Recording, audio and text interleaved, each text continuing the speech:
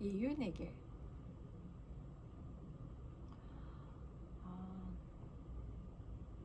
오늘은 네가 지금 알바를 시작했잖아.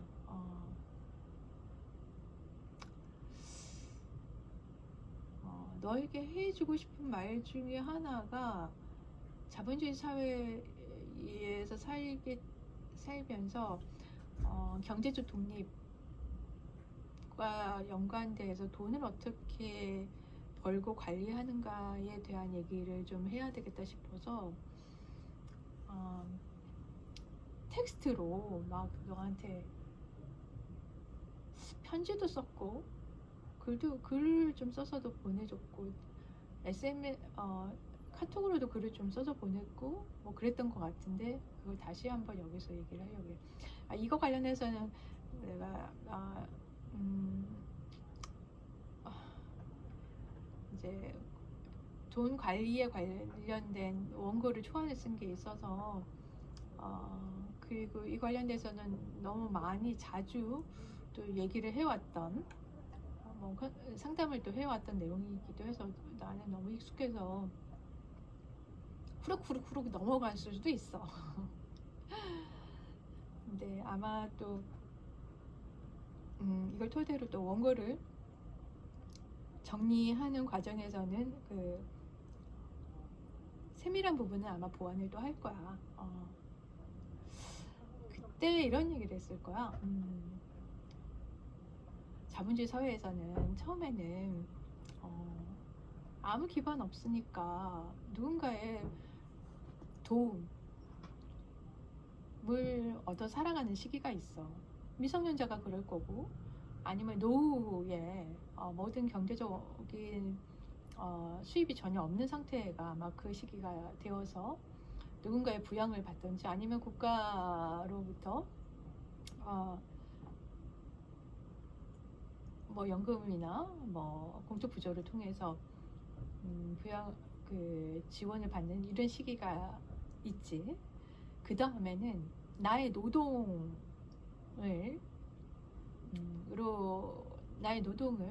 통해서 경제적 부를 창출하는 시기가 오거든.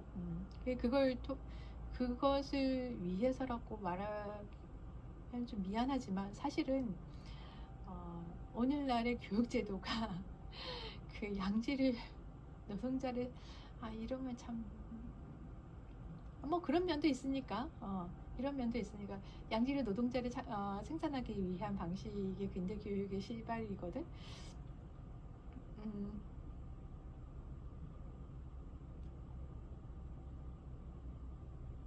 그런 투자 시간을 겪은 후에 이제 노동시장에 투입이 돼서 노동으로 인해서 이제 경제적 부를 창출하지.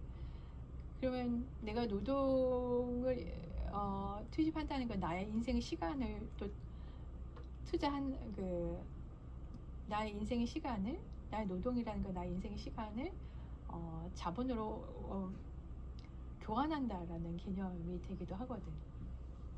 근데 이걸 내가 죽을 때까지 할 수 있으면 행복하지만 할 수 있으면 좋겠지만 그거 불가능하거든. 왜냐면 노동력은 점점 경쟁력이 떨어지고 젊은이 계속 나보다 더 나은 경쟁자들에 의해서 선택되지 않아질 거기 때문에 그래. 그럼 노동을 통해서 경제적 부를 창출한 시기 그 이후에는 이게 이제 보통 급여소득을 이제 획득하는 시기가 있고 그 이후에는 이제 자본 투자를 통한 부를 축적하는 시기가 오거든. 이제 이게 선진국형 자본의 시장 단위로 이제 넘어가잖아. 그럼 보통 이게 혼재되어 있는 경우도 있지만 일반적으로 그냥 첫 직장 생활을 해서 내가 목돈을 시드머니를 어느 정도 마련을 하는 그 단계에 그래서 의미 있는 목돈으로 투자하는 그 단계까지는 이제 노동 생산을 하는 그 단계가 되는 거고, 시드머니를 마련하는 그 순간에서 그 시드머니를 이제 투자하는 그 단계에서부터는 이제 투자 단계로 이제 넘어서는 과정이 되는 거지. 그렇게 보면 지금의 이제 아르바이트를 한다는 그 시기는 정식적인 노동시장으로 뛰어들었다고 보기에는 좀 어떨까 싶긴 하지만, 그럼에도 일정 시간의 노동을 투입해서 소득이 발생하는 거니까 이걸 이제 관리해야 될 필요는 있지.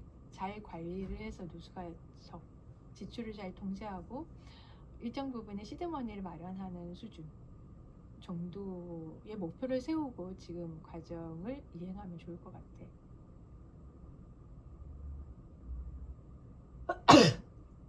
왜냐하면 관리는 습관이거든. 그리고 지금 이 아르바이트를 통한 이 수입은 절대 불가변으로 꼭 벌어야 되는 수입이 아니기 때문에 그거 없어도 엄마 아빠가 너한테 용돈 안 주고 그거 아니니까 이 용돈을 잘 배분해서 관리하는 습관을 들이고 기본적인 단지, 기본 계정들을 만드는 그 과정으로 삼으면 좋을 것 같아. 그러니까 첫 번째가 일단 전체 수입의 10% 정도는 너의 인생의 파이프라인으로 가장 공격적인 투자를 할 수 있는 그 정도 계정으로 하나 만들어 놓고, 그 다음에 전체 수입의 20% 정도는 꼭 너의 인생에서 장기적으로 달성해야 될 목표를 위해서 배정하는 그 범위, 그리고 전체 수입 소득에 수입과 소득이 다른 건 알지? 여기선 소득이야. 너는 노동을 통해서 소득을 발생하는 거니까 기타 비용이 발생하는 직업을 갖고 있진 않잖아. 그리고 전체 소득의 10% 정도는 혹시나 발생할지도 모르는 비상적 상황에 대처하기 위한 예비 자금으로 구비를 하고, 그러면 여기까지가 40% 정도 되거든. 전체 수입이, 전체 소득에. 그리고 한 30% 정도는 저축, 한 30% 정도는 지출. 이제 이렇게 구성이 돼. 저축이라는 거는 단기적으로 6개월 단위 아니면 1년 단위로 짧은 기간에 목표한 금액을 달성을 해서 그걸 아까 얘기했던 목적 자금 중에 우선적인 것들에 먼저 넣어도 좋고, 아니면 다른 목적적인 근시안적인 단기적인 어떤 목표 하는 것으로 이제 지출이 되어도 좋고, 그리고 지출 영역 30%는 이제 내가 원하는 목표를 쓰는데, 이 목표 금액, 그 지출 금액에 지출한 범위 내에서 지금은 아마 생활비고 뭐고 그런 걸 네가 구분해서 사용하진 않잖아. 근데 나중에 네가 독립을 해서 사용을 하든 살든 어떻게 하면 이제 일종의 생활비 목적으로도 이 지출 용도에서 사용이 되거든. 그러니까 여기서 좀 구분해서도 얘기를 하면, 지출에서 지출 범위 내에서 10% 정도는 너 자신의 자기 개발을 위해서 쓰는 뭐 책이나 음악이나 교양을 위해서, 아니면은 반드시 뭐 운동을 위해서, 그러니까 다른 생계를 위해서 아니면 생활비를 위해서 양보할 수밖에 없는 그 우선순위에서 뒤처질 것 같은 거 있지.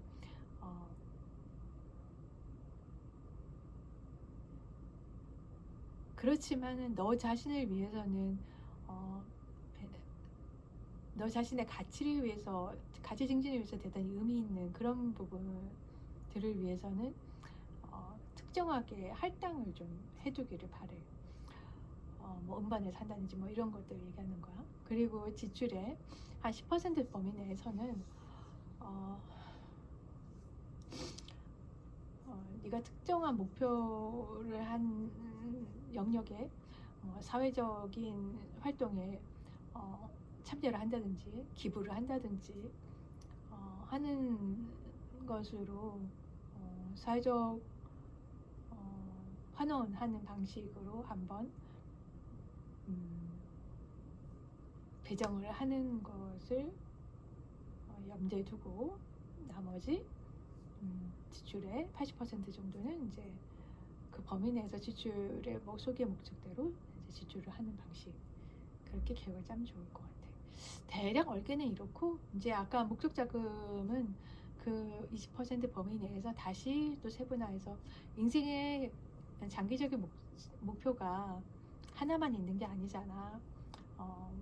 뭐 내가 알기에는 너는 앞으로 계속 공부를 할 거라고 알고 있기 때문에 유학을 목표로 잡을 수도 있고, 아니면 공부하는 기간이 좀 길어지면 최소한의 생활 자금이나 이런 것들을 좀 보전받기를 바랄 수도 있을 것 같기도 하고, 유학 자금 뭐 그런 걸 포함해서.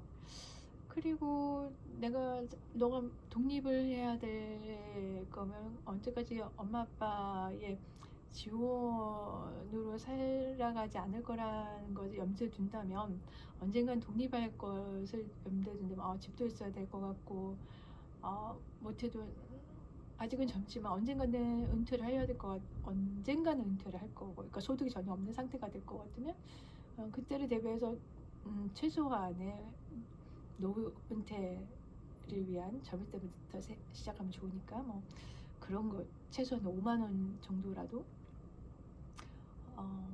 마련한다든지, 뭐 아까 뭐 집을 마련한다든지, 뭐 그런 정도의 목표를 한번 세워보는 거야.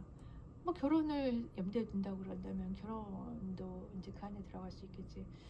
그래서 한 뭐 3개, 4개 정도의 목표를 삼고, 그거 아니면 내가 주기적으로 뭐 여행을 목표로 삼는다 그러면 그런 것들도 각각의 그 목표 안에 포함되겠지. 그러면 목표는 초기에 뭐 4개나 5개나 이렇게 나눠질 거고, 그 목적 자금 20%는 뭐 5% 혹은 4% 이렇게 쪼개지겠지. 그리고 그 우선순위, 그렇게 되면 최소한의 계정이 만들어지는 거잖아. 시작되는 계정.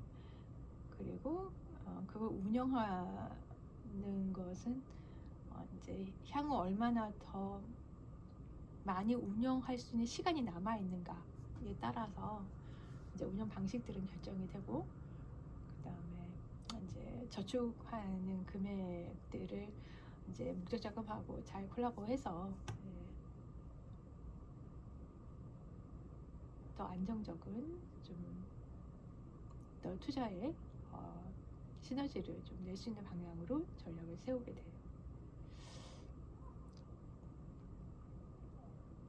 그리고 투자는 안정성과 수익이잖아. 안정성이 높으면 수익성이 낮고, 수익성이 높으면 안정성이 낮고, 같은 말인가? 반대 그런 거니까. 하지만 인플레이션이 늘 존재한다라는 것을 고려한다면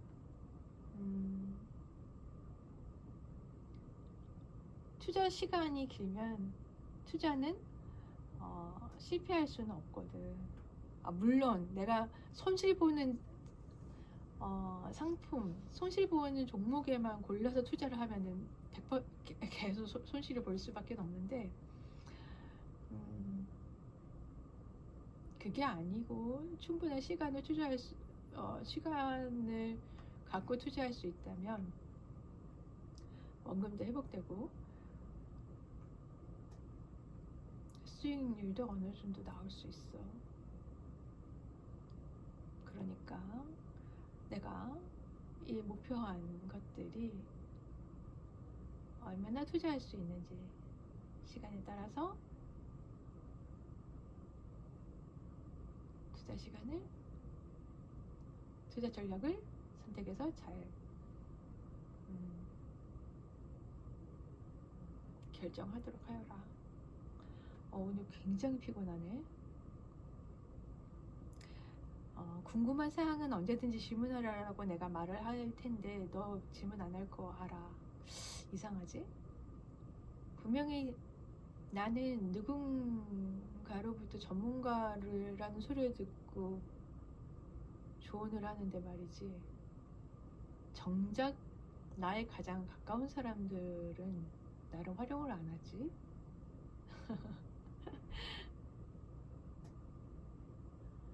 좋은 하루